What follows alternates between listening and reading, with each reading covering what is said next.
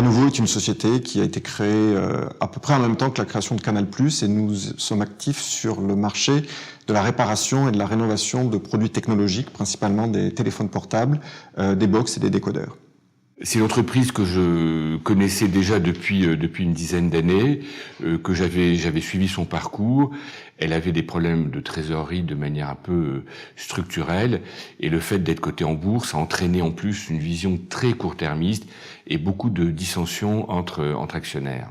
Comment s'est faite la reprise par Butler Industries? Je pense que là où beaucoup voyaient des débris, on a vu des semences qui étaient réelles. C'était un groupe qui, derrière ses problèmes, avait des parts de marché mondiales extrêmement importantes, soutenues par ses grands clients.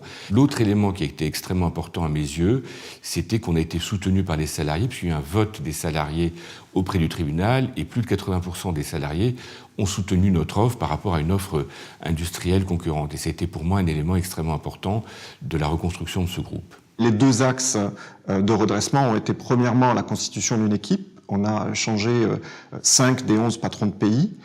Et deuxièmement, des investissements de productivité, principalement d'automatisation, qui nous ont permis de redevenir compétitifs sur un marché. Nous sommes une industrie de main-d'œuvre, et donc la productivité de nos process est extrêmement importante. Aujourd'hui, Anovo est un groupe avec 5000 employés, présent dans 11 pays, avec plusieurs ouvertures de filiales en cours, notamment en Jamaïque et dans les pays d'Amérique centrale.